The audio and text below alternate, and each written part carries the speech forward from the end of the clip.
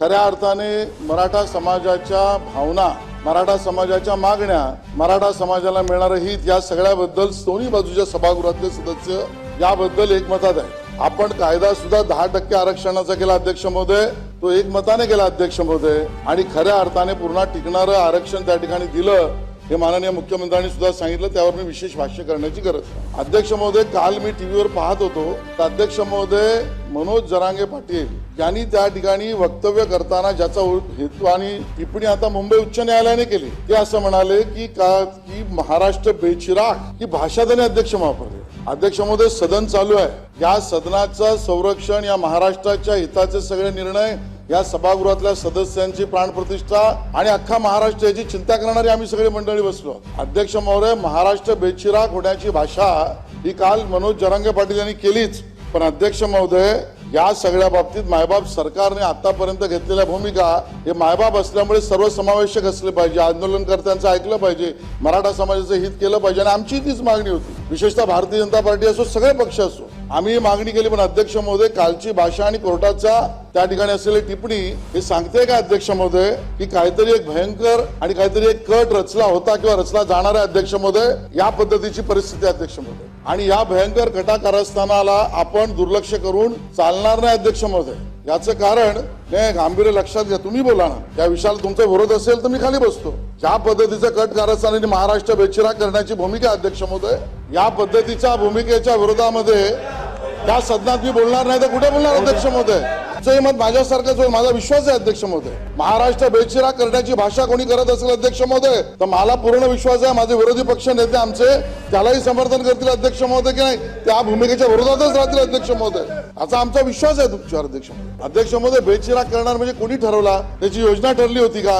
ही केवळ धमकी आहे का? या मागच्या भूमिका काय? याच्यामध्ये संशय आहे का? याचे कोणी योजना कटकारस्थान केलंय का? अध्यक्ष महोदय, कोर्टही म्हणते की तुम्ही गांभीर्याने घ्या, शांत बसू नका अध्यक्ष महोदय। काल परवापर्यंत आमचे मंत्री छगन भुजबळ साहेब बोलत होते धमक्या, गुंडगिर्दी। अध्यक्ष महोदय, त्या सगळ्या विषयात पण आम्ही वारंवार हेच म्हटलं की ठीक आहे, त्यांच्या मागण्यावर सरकारने गांभीर्याने लक्ष दिलं पाहिजे, पण अध्यक्ष महोदय मराठा समाजाची सुद्धा आता बदनामी होते की काही आमची चिंता अध्यक्ष महोदय। पण हा विषय आलाच आहे, मराठा समाज म्हणजे पराक्रमी, शौर्य, संयमी, धोरणी, डिसिप्लिन। आम्ही मोर्चे काढले, आम्ही मराठा समाजाचे मोर्चे काढले, डिसिप्लिन काढले, लाखोचे निघाले अध्यक्ष महोदय, त्यालाही गालबोट लागण्याचा आता त्या ठिकाणी भूमिका होती अध्यक्ष महोदय। आणि मागणी काय होती अध्यक्ष महोदय? अन्य कुठल्याही समाजाला, ओबीसी असेल, अन्य कुठलाही समाज असेल, याला नख न लावता अध्यक्ष महोदय त्या ठिकाणी मराठा समाजाचं आरक्षण आणि हित जपलं पाहिजे। सगळे सोयरे असेल किंवा अन्य कुठलं असेल, जे कायद्यात टिकेल ते आरक्षण आम्हाला मिळालंच पाहिजे। आदर तर आम्ही आंदोलनकर्त्यांचा, जरांगे पाटलांचाही करतो, केला आणि करू, पण ती भाषा असली तर अध्यक्ष महोदय, ती भाषा असली तर अध्यक्ष महोदय, ज्या पद्धतीची भाषा माननीय उपमुख्यमंत्र्यांबद्दल वापरली अध्यक्ष महोदय, एकेरी उल्लेख ठीक आहे, देवेंद्रजींचा स्वभाव मला माहिती आहे, या सदनाला माहिती आहे अध्यक्ष महोदय, त्यांनी कधी स्वतःच्या मान अपमानाच्या विषयामध्ये कधी ब्र काढला नाही अध्यक्ष महोदय। अख्ख्या महाराष्ट्राला माहिती आहे अध्यक्ष महोदय, कुठेही वात्रटपणे, वाह्यातपणे पेटवणारं अन्य पद्धतीचं भाषण, वक्तव्य देवेंद्रजींचा परिचयच नाही। कायदा, कानून, राज्य सरकार आणि भारतीय संविधान याच्या पलीकडे त्या देवेंद्रजींच्या भाषणामध्ये कधी ब्र निघत नाही अध्यक्ष महोदय। तुला निपटून टाकू ही भाषा अध्यक्ष महोदय। काल परवापर्यंत अध्यक्ष महोदय एका मंत्र्यांवर आता उपमुख्यमंत्र्यांकडे आणि आता मुख्यमंत्र्यांकडे, काल त्या ठिकाणी त्या मुख्यमंत्र्यांनाही म्हणाले तुम्हाला शेवटची संधी देतो अध्यक्ष महोदय। चाललंय काय? मुंबई उच्च न्यायालय पण म्हणते अध्यक्ष महोदय आपण त्या ठिकाणी अध्यक्ष महोदय याच्यावर गांभीर्याने घेणार आहेत की नाही, आणि म्हणून मी आपल्याला विनंती करतो अध्यक्ष महोदय, मी आपल्याला काय विनंती करतो अध्यक्ष महोदय, प्राण आणि प्रतिष्ठा प्राण वडेट्टीवारजी, माझा तुमच्यावर पूर्ण विश्वास आहे अध्यक्ष महोदय। या सदनाच्या गरिमेला कोणी काळीमा फासत असेल तर त्याच्या विरोधातच आमचे विरोधी पक्ष नेते राहतील। महाराष्ट्राला बेचिराग करण्याची भूमिका कोणी घेत असेल तर त्या भूमिकेचं समर्थन आमचे विरोधी पक्ष नेते पण करणार नाही, हे आम्हाला माहिती आहे अध्यक्ष महोदय। मी ऑनलाईन म्हणतोय, पण अध्यक्ष महोदय काळ सुकावतो अध्यक्ष महोदय। सुरुवातीपासून अध्यक्ष महोदय एक एक गोष्ट आपण मान्य करत गेलो, एक एक भूमिका करत गेलो, आणि अध्यक्ष महोदय त्या सगळ्यांवरनं आज इथपर्यंत भूमिका आली की महाराष्ट्र बेचिराग होणार होता, मी वाचवलाय।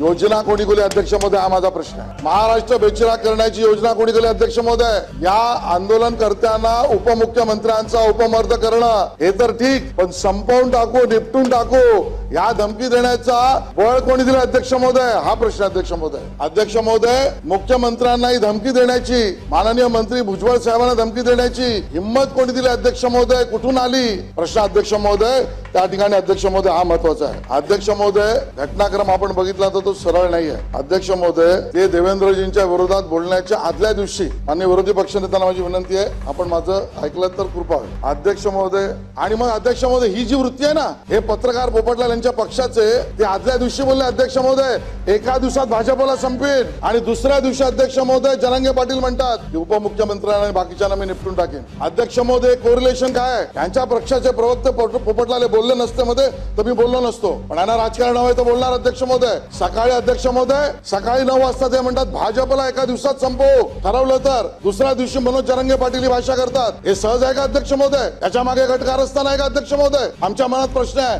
आणि आम्हाला वाचवणं तुमची जबाबदारी अध्यक्ष महोदय. प्राण प्रतिष्ठा या दोन्ही गोष्टी उपमार्ग वाचवणं या बाबतीत तुमची भूमिका अध्यक्ष महोदय त्या ठिकाणी घेणं अध्यक्ष महोदय आवश्यक आहे अध्यक्ष महोदय. अध्यक्ष महोदय, भाषा ठीक आहे, देवेंद्रजी तर कधी आम्हाला बोलले नाही, बोलणार नाही, आजही बोलले नाही. अध्यक्ष महोदय, आम्ही ऐकतो पंतप्रधान मोदींची सभा महाराष्ट्रात उधळून टाकू, येऊन दाखवा. कोण तुम्ही अध्यक्ष महोदय? आज आम्हाला ही भाषा बोलायला लागतं अध्यक्ष महोदय. आज या सदनामधला संदेश जाणं सुद्धा आवश्यक आहे. प्रधानमंत्र्यांना सुद्धा त्या ठिकाणी सभा येऊ देणार नाही अध्यक्ष महोदय. हा कट कारस्थानाचा भाग आहे अध्यक्ष महोदय. अध्यक्ष महोदय, आणि म्हणून अध्यक्ष महोदय, या सगळ्या विषयावर अध्यक्ष महोदय याची आपण गंभीर नोंद घेतली पाहिजे. या व्यवस्था मोडण्याचा प्रयत्न, याच्यामध्ये महाराष्ट्र बेचिराग करण्याची भूमिका मांडली जाते. या विरुद्ध पंतप्रधानांच्या विरोधात कटकारस्थान आहे. मुख्यमंत्री आणि मंत्री अध्यक्ष महोदय योजना कशी म्हणली ऐकून घ्या अध्यक्ष महोदय. अध्यक्ष महोदय, आज हा व्यक्ती त्याला आम्हाला महत्व द्यायचं नाही, कारण आम्ही समाजाबरोबर आहे आणि समाज आमच्या बरोबर अध्यक्ष महोदय. समाजाच्या भूमिका मागणी मान्य करण्यासाठी रक्ताचं पाणी आम्ही करू अध्यक्ष महोदय. एका व्यक्तीला पूर्ण मराठा समाजाची मोनोपोली दिलेली नाही अध्यक्ष महोदय. आणि या सदनातले सगळे सदस्य आहेत अध्यक्ष महोदय.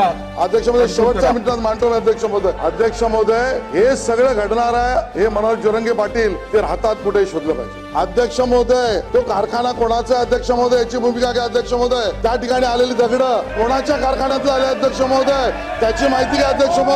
या आंदोलनात जेसीबी आणि त्या ठिकाणी टँकर कोणाच्या कारखान्यात आले अध्यक्ष महोदय?